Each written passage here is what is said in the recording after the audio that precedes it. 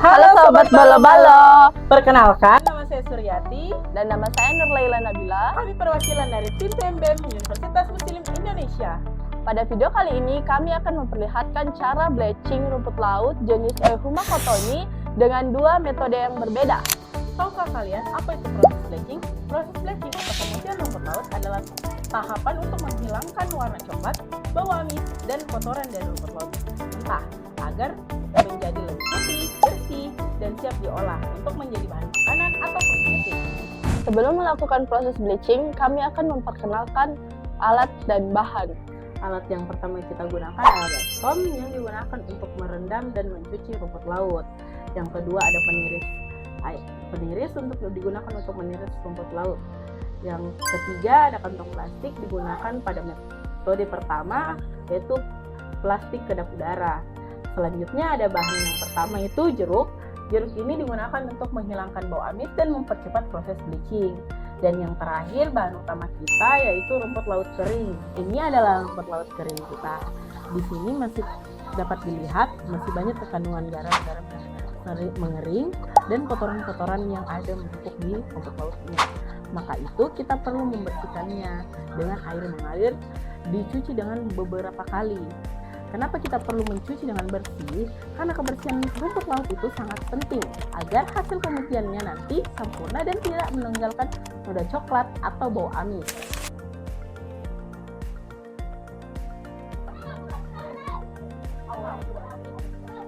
Setelah rumput laut dicuci, selanjutnya kita akan meniriskannya.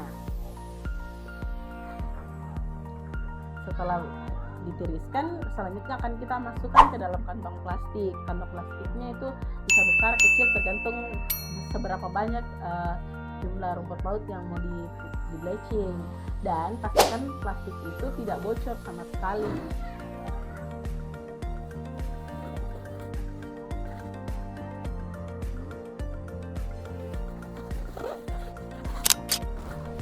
Pastikan ikatannya seperti ini ya teman-teman.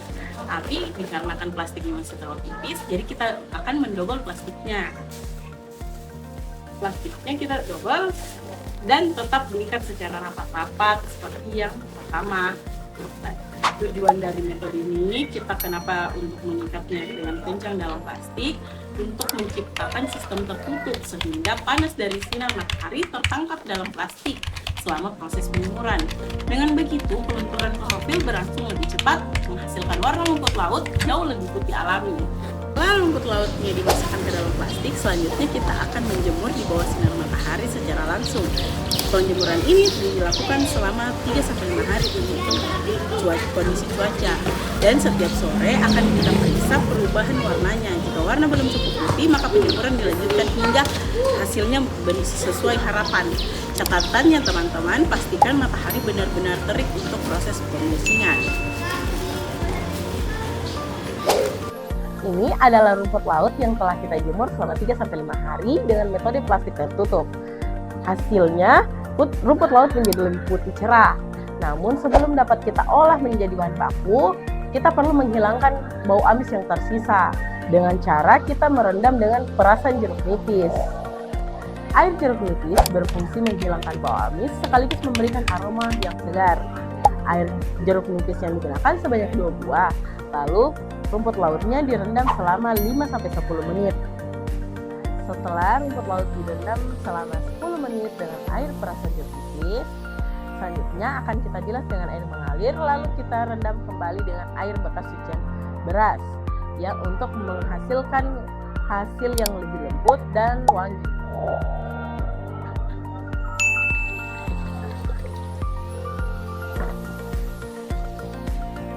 Selanjutnya kita akan bilas dengan air mengalir. Setelah cuci rumput laut dengan air mengalir, selanjutnya kita akan melakukan perendaman rumput laut dengan air bekas cucian beras. Ini adalah air cucian beras kita.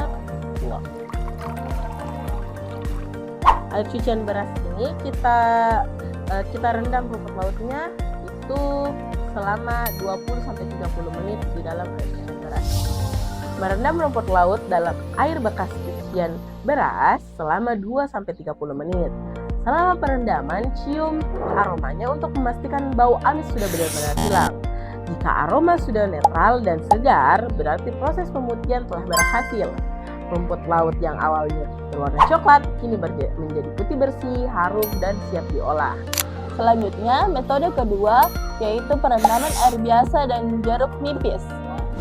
Setelah dicuci bersih, masukkan rumput laut ke dalam wadah yang berisi air tawar. Lalu, tambahkan 2 buah jeruk nipis,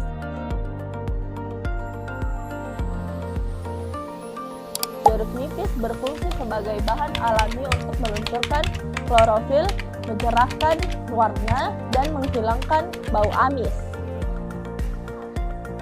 Rendaman ini dibiarkan selama beberapa jam. Namun, air rendaman harus diganti setiap 4 jam sekali agar tetap bersih dan proses pemutihan optimal. Sebelum mengganti air, bilas rumput laut dengan air mengalir agar kotoran dan lendir hilang. Lalu, rendam kembali ke dalam air baru dengan perasan jeruk nipis segar. Langkah ini diulang selama 1-2 hari, tergantung seberapa cepat warna rumput laut berubah menjadi putih.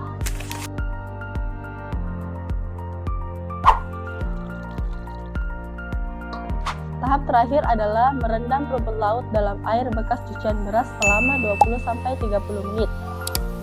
Air cucian beras membantu menetralkan sisa aroma jeruk, menghilangkan bau amis, dan memberi aroma alami yang lembut. Jika baunya sudah segar dan netral, berarti proses bleaching dengan metode ini berhasil. Inilah hasil akhir dari rumput laut Ehuma cottoni yang telah melalui proses bleaching dengan 2 metode. Metode pertama, plastik kedap udara, dan metode kedua, perendaman air biasa dengan jeruk nipis. Selanjutnya, rumput laut ini akan kami olah menjadi berbagai produk seperti sequin chips, yaitu keripik rumput laut. Yang kedua, gummy seaweed, yaitu permen jeli kenyal. Dan yang ketiga, blue bloom jelly, yaitu minuman jelly drink. Yang keempat, rumsi, yaitu manisan rumput laut. Untuk mengetahui proses pengolahannya, jangan lupa nonton video selanjutnya. Sampai jumpa dan tetap semangat mendukung produk olahan lokal berbahan dasar rumput laut. Bye-bye! Dadah!